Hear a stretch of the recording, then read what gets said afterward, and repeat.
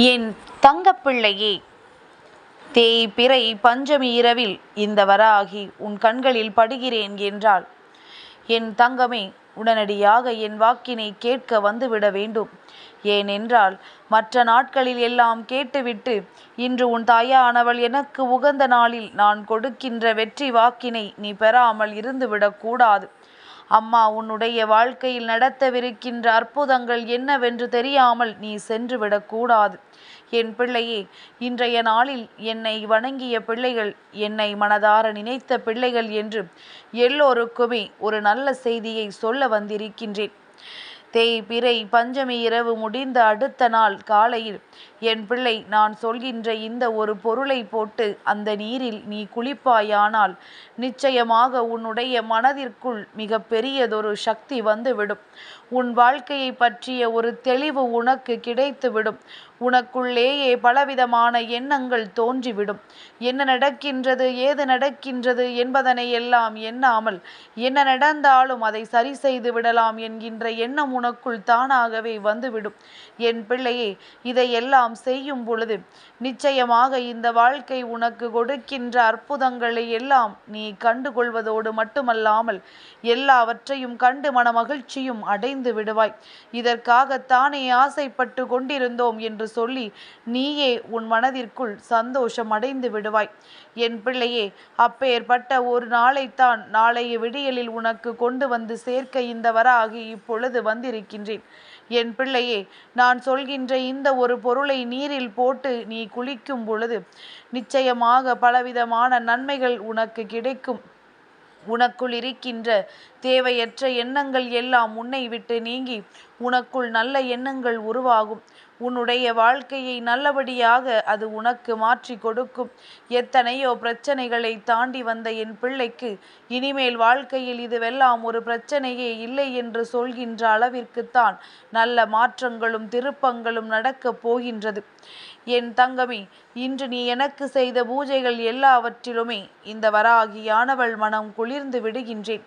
ஏனென்றால் என் பிள்ளையினுடைய அன்பு அந்த அளவிற்கு பெரியது.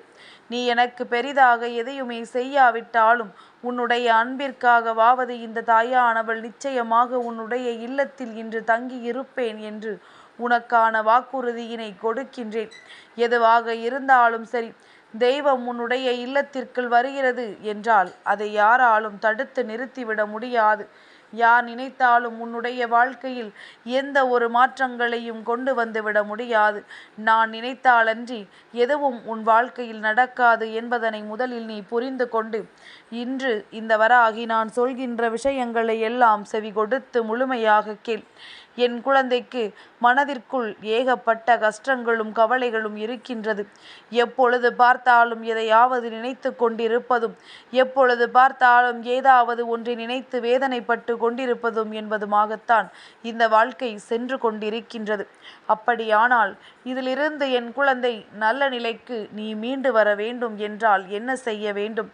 இந்த வாழ்க்கையில் உனக்கான சந்தோஷங்களை பெற்றுக்கொள்ள இந்த தாயின் வாக்கினை கேட்க வேண்டும். கேட்பதோடு மட்டுமல்லாமல் அதன்படி நீ நடந்து கொள்ள வேண்டும். எதுவெல்லாம் நமக்கு தேவை, எதுவெல்லாம் நமக்கு தேவையில்லை என்பதனை நீ புரிந்து கொள்ள வேண்டும். என் பிள்ளையே, நான் உனக்கு 2 பொருட்களின் பெயரை சொல்கின்றேன். இதில் எந்த பொருள் உன்னிடம் இருக்கின்றதோ அதை வைத்து நீ முதலில் குளிக்கலாம். நிச்சயமாக உனக்கு எது வந்தாலும் சரி நல்ல பலன்கள் கிடைக்கும் என்பதனை அப்பொழுது நீ நிச்சயமாக புரிந்து கொள்வாய். யாராக வேண்டுமானாலும் இருந்துவிட்டு போகட்டும், எப்படி வேண்டுமானாலும் இருந்துவிட்டு போகட்டும். உனக்கான வெற்றி உனக்கு மட்டுமே சொந்தமானது என்பதனை முதலில் புரிந்து கொள். நீ இப்பொழுது செய்ய நினைக்கின்ற விஷயங்கள் எதுவாக இருந்தாலும், இப்பொழுது இந்த வாழ்க்கையில் நீ அடைய நினைக்கின்ற விஷயங்கள் எதுவாக இருந்தாலும் எல்லாவற்றிற்கும் மிக பெரிய அடித்தளமாக அமையப் போவது நான் சொல்கின்ற இந்த பொருள். என் பிள்ளையினுடைய மனதில் இருக்கின்ற எண்ணங்களுக்கெல்லாம் இவை முற்றுப்புள்ளி வைக்கப் போகின்றது. என் குழந்தையே, நடக்காது என்றால் நடக்காது என்றும், நடக்கும் என்றால் அதை நடத்தி கொடுப்பேன் என்கின்ற உத்திரவாதத்தினையும் உனக்கு கொடுப்பதற்காகத்தான் நடக்கின்றது என்பதனை முதலில் புரிந்து கொள். என் தங்கமே, வாழ்க்கை அழகானது. இதில் தேவையில்லாத கஷ்டங்களும் வெறுப்புகளும் வேண்டாத விஷயங்களும் தேவையில்லை. உனக்கான விஷயங்கள் எதுவாக இருந்தாலும் சரி, அவையெல்லாம் உன்னை வந்து சேரும் என்பதனை என் குழந்தை நீ புரிந்து கொள்ள வேண்டும். எப்பொழுதும் போல இந்த வராகி உன் வாழ்க்கையை உனக்கு நல்ல நிலைக்கு கொண்டு வந்து கொடுத்து விடுவேன் என்கின்ற வாக்குறுதியினை தருகின்ற நேரத்தில் நான் சொல்கின்ற இந்த விஷயத்தை கவனமாக கேள். என் பிள்ளையே, இன்று நல்லபடியாக பூஜைகளை செய்திருக்கின்றாய், நல்லபடியாக தெய்வத்தை வணங்கி இருக்கின்றாய், தெய்வத்தினுடைய அன்பினை பெறுவதற்கு தயாராக இருக்கின்றாய். தெய்வத்தின் அருளினால் உன்னுடைய வேண்டுதல்களை நிறைவேற்றி கொள்ள நீ தயாராகிவிட்டாய். அப்படியானால் என் பிள்ளை என்ன செய்ய வேண்டும்?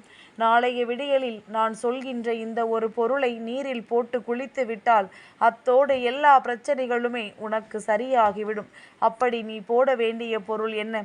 இந்த 2 பொருட்களில் ஏதாவது ஒன்றை போட்டு நீ குளிக்க வேண்டும். முதலாவது பொருள் கல் உப்பு. என் பிள்ளையே, கல் உப்பினை கொஞ்சமாக கரைத்து உள்ளே போட்டுவிட்டு அந்த நீரில் நீ குளிக்க வேண்டும்.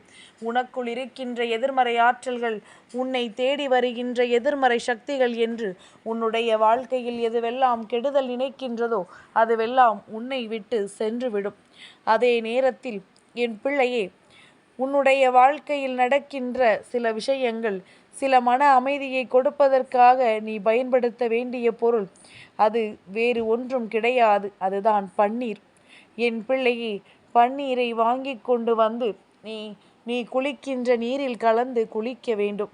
நிச்சயமாக உன்னுடைய மனதிற்கு இதமாக இருக்கும். உனக்கே மிகப்பெரிய சுறுசுறுப்பு கிடைக்கும். எப்பொழுதும் இல்லாதது போல இயல்பு நிலையை நீ உணர்ந்து கொள்வாய். இதுதான் இந்த வாழ்க்கையில் உனக்கான முழுமையான மன நிறைவை கொடுக்கும் என்பதனை புரிந்து கொண்டு எப்பொழுதுமே இங்கு உனக்கான சந்தோஷங்களை மீட்டெடுக்க மட்டுமே நீ தயாராக இருந்து விட்டால் போதும். பன்னீர் என்பது உன்னுடைய இல்லத்தில் இருப்பவர்கள் தண்ணீரில் கலந்து குளிக்கும் பொழுது வீட்டில் இருக்கின்ற தேவையற்ற சண்டைகள், சச்சரவுகள் எல்லாம் நீங்கி குடும்பத்திற்குள் நல்லதொரு அமைதியை உருவாக்கும். சுற்றி இருக்கின்ற அத்தனை பேர் மனதிலும் இந்த வாசனை நுழைந்து அவர்களுக்குள் இருக்கின்ற தீய எண்ணங்களை கூட விரட்டி அடித்துவிடும்.